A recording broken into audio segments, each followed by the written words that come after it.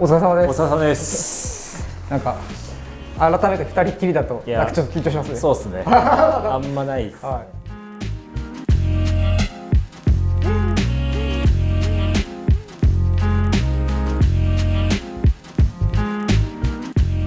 今日はバイクピープルっていうことで、はい、長岡さんのお話を聞いていこうと思うんですけど、はい、早速気になる自転車があるんですけど、はい、バイクピープルなんでバイクだけじゃなくて長岡さんのこと聞いていこうかなと思います。なんか用意してくれましたっけ？そうですね。YouTube ってことで。なるほどね。それっぽいやつ。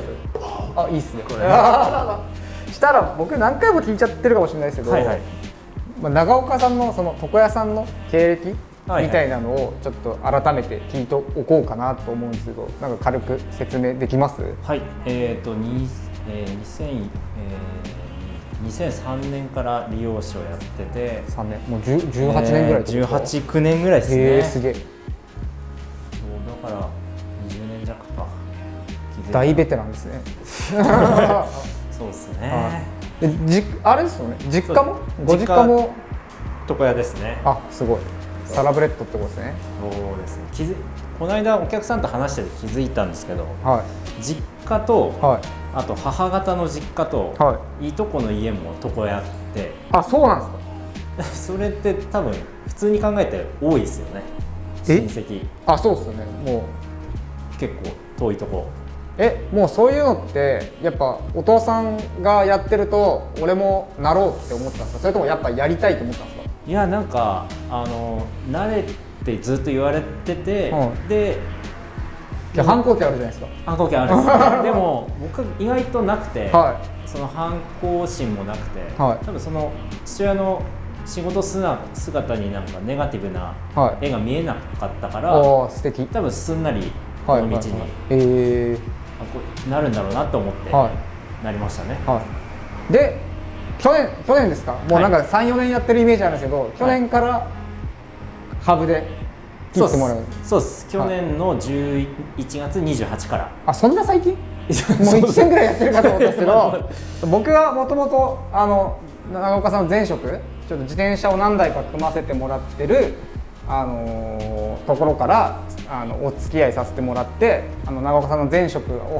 働いてたところから髪を切ってもらってるような感じなんで、すごい長い付き合いな気がするんですけど、意外と仲間になってからは半年ぐらいしか経ってないっていう感じですかね。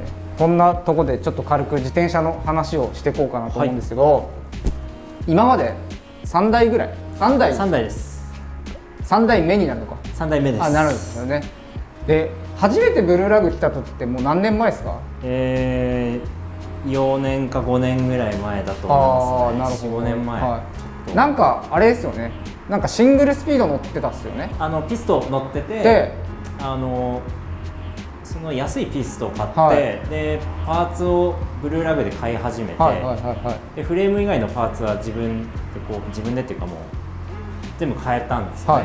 で最後フレームが残って、はい、フレーム買おうってなった時に、はい、どうしようかなってなって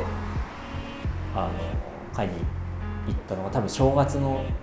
そうだったかもしれない。そうでしたね。確かそうかもしれないわ。でオールシティのビッグブロックを選んでもらったんですよね。そうであれってあれでしたっけ？名指しでした？僕もあれたまたましゃがんで作業してたんですよ、はい、確か、はい、すみませんって声かけたのが、はい、マジでたまたまです。なるほど。でもブログとか読んだら、はい、オールシティ結構しっかり目に読んでるみたいな感じで、あ、よかったみたいな。後から、はい、ビッグブロックに決めたのは僕が勧めました？それともあれでしたっけ？もう長岡さんがビッグブロックって言ってくれてたんですよって。ビッグブロックがいいってなって、はい、多分なんかループマガジンかなんかで見て、はい、超かっこいいってなって、買いに来ましたね。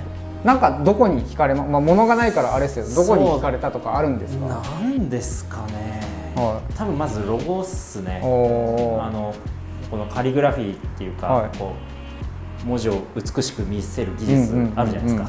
そのフォントで書いてあって、ちょっとやっぱサーリーとかとはまたちょっと違うようなね。そうですね、はい、その辺の美的センスみたいなのはあるっすもんね。でなんかあれっすよね、ピストとかでキャンプとか行ってましたよね。ピストでキャンプ行ってましたね。そう長岡さんそう趣味多いんですけど、その中にキャンプっもあったりとかするけど、なんかそれは自転車乗る前からですか？いやもう自転車きっかけ。そうなんですか？そう、結構いろんなものが自転車きっかけで、趣味が増えていった感じですね。自転車でキャンプ行こうと思ったのも、たまたま自転車買ってそれやろうっていうよりは、なんか自転車とキャンプ合わせたら面白い臭いなみたいな感じ。それでだからそのキャンプ道具とかも普通にまともに自転車乗ってない人が買うと重いものとかなんかちょっと大きめのものになるじゃないですか。安いものとか。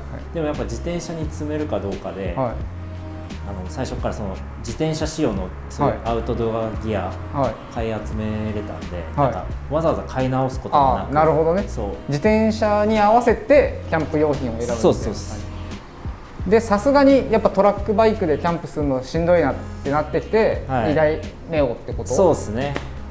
で2台目がオールシティのスペースフォースですね。そうですよね。やっぱ全然違いました。トラックバイクからそれに乗った時は。やっぱりいいですよね。すげえまっすぐ進むというか、安定感じゃないけど、やっぱツーリングバイクとトラックバイクの違いっていうのは同じブランドでも全然感じ取れたっていう感じですかね。ぶっちゃけどっちがお気に入りとかあるんですか？いやでも思い入れはやっぱビッグブロックが結構そのいろんなこう変わったんで、その世界観というか僕の中の自転車の楽しみ方。ビッグブロックはやっぱいいですよね。通勤は主に今家が近いんで、ビッグブロックかたまに今日スペースホースですけど。なるほど。どっちでも。なるほど。スペースホースはもうディスクブレーキの方を選んでもらいましたもんね。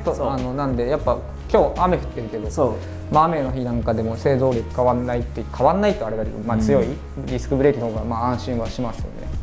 なんかあれですか、ちょっと話飛んじゃうけど、おすすめのキャンプスポットみたいなのあります？自転車でキャンプするんだったらここ行ったらいいよみたいな。僕も本当偏ってるというか、ここはしょっちゅう行っちゃうなみたいなとこありますか？伊豆大島ですね。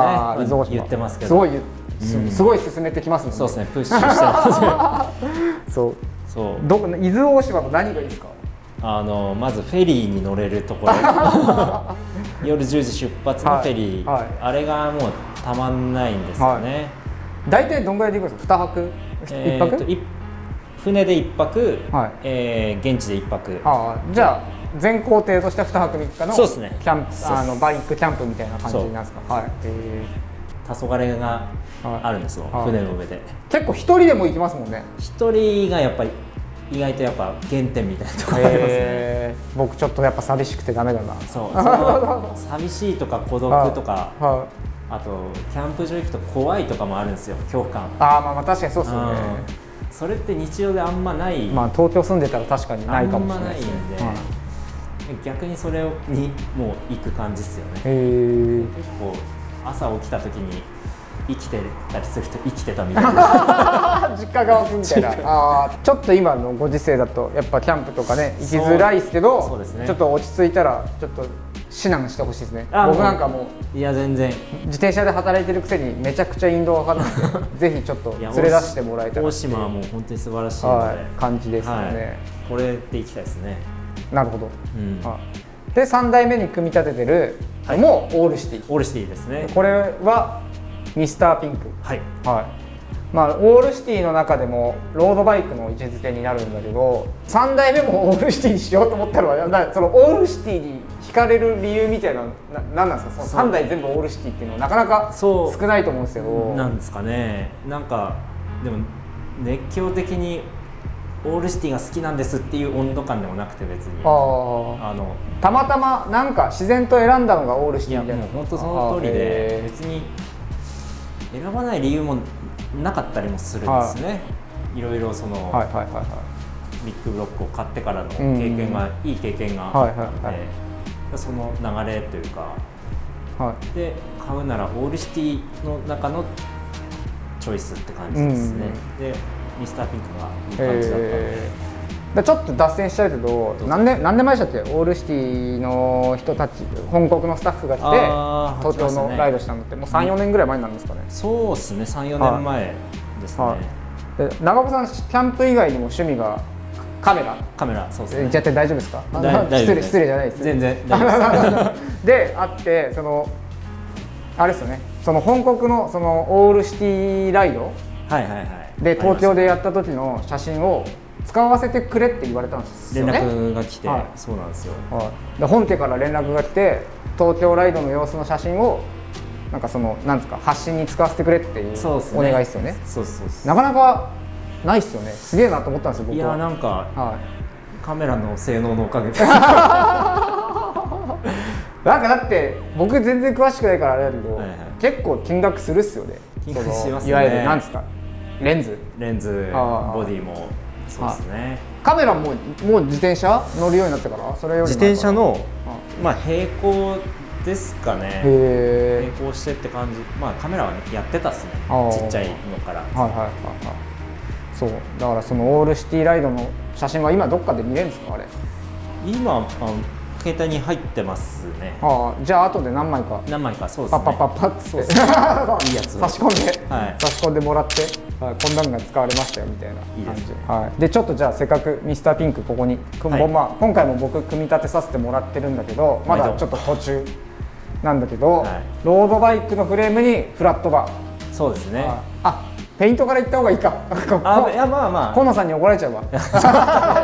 今野さんがクックペイントワークスのブログでもちょっと載せてたけど、なんかすごいオールシティ塗るのって結構大変なんだけど、これ結構気合い入れて塗ってありますよね。なんかそうですね、純正色ではないんですよね。純正色じゃないんですけど、でもやっぱ尊重というかリスペクトもやっぱりあるんで、ガラッとっていうよりかは、既存のこの切り込みパターン、そうですよね、この辺のカットとかはカット同じ純正でもありそうなカットですもんね。そう純正のままそうなんだ、色違いにしてもらって。じゃあすげえな、今野さんすごいっすよね。見えてそう怒られちゃうのこだわりからすごいな、再現度が。そうすごいんですよね。すごいですよね。これ僕全然分かってないんだけど、元ネタあるんですか？元ネタあって、僕は音楽も好きなんですけど、本当趣味多いっすね。そうお金がかかるんですよね、趣味は。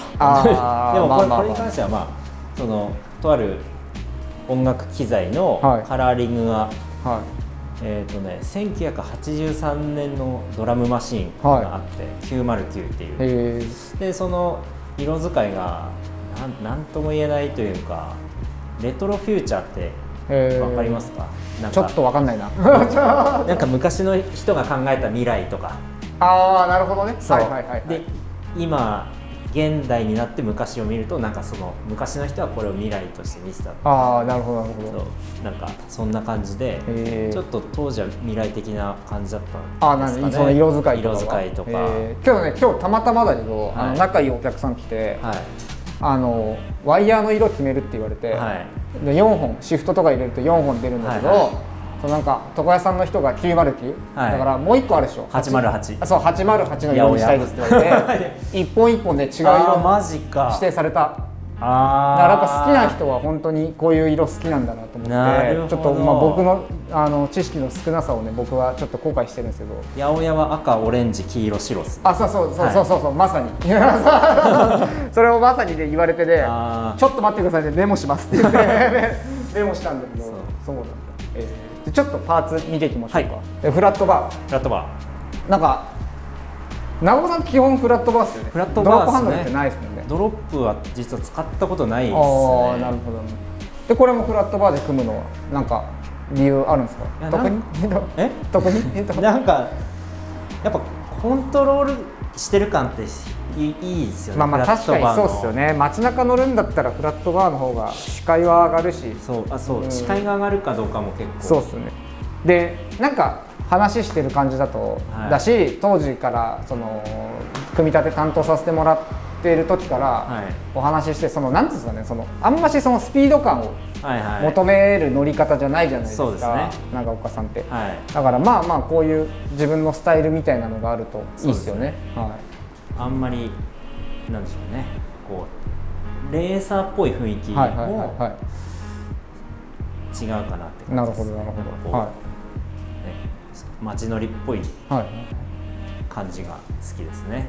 僕も結局フラットバーロードってよく言っちゃうけど、ロードバイクのフレームまっすぐなハンドル入れて街中乗るのって結構なんですかね、見た目も素敵だし、ちょっとなんですかね、理にかなってるっていうか、そう思うから、僕も割とこういうフレームをまっすぐなハンドルで組むこととか多いですけど、結局なんかドロップハンドルもいいんですけど、普段使いで乗るってなるとちょっと外れちゃいますもんね。その3台例えば持ってて今日どれ乗ろうかなの気軽さがなくなっちゃうっていうか、ありますよね、そういうのね。確かに。けどあれだ、しっかりめのホイールとしっかりめのコンポーネントで組むあたりが天の弱な感じがしていいっすよね。レース仕様じゃないとか言いながら、なんかちょっと静かに軽さとかも意識して、そうですよね。このカーボンのハンドルだったりとか、ホイールもね、僕ら手組みにさせてもらうと32ホールが多いんだけど、28ホールのね、リム使わせてもらってって感じかな。でちょっと僕驚いたのが、そのポールのシートポストとね、ポールのブレーキレバー選ぶっていうのがすごいかっこいい。いやいいですよね。欲しかったんですよ。なかなかね手に届かないですよ。あとはタイミング、最近いっぱい入荷したからね、選んでもらってっていう感じで、特にピストとか乗ってた人とかは、のブレーキレバーはちょっと怖い。そうですよね。いいレバーって言ってちょっとちっちゃいワンフィンガーのレバーで、ここにねトランプ、僕だってもうこれ僕が18の時ぐらいから憧れてたから、もう12、3年前だ、僕が自転車乗る前からあることを考えたらどんぐらいあるんだろう。すごいですね。10年以上経ってもやっぱちょっといいなって思えるパーツって割と少ないなと思うから、こういうのねちょっとしっかり選んどいてあげると、なんか10年後ね、10年前の自分よくやったじゃんって思うかもしれないですね。あとはなんかお気に入りポイントあります？まず色はもうさっきも言いましたけど、シートとしてそうっすね。あとこれとかね、ちょっとやりたかった。そうなんですよね。僕もそれ大丈夫かなと思ってるんですけど、いいんですよね。いや、テーパードのコラムスペーサーを4つ積み重ねるっていうので、いいのかなと思ったりと。剣っぽくて。なるほどね。3代目じゃないですか。3代目、はい。次はこんなバイク欲しいみたいなのあるんですか？もうブルーラグのスタッフはガンガン行きますよ。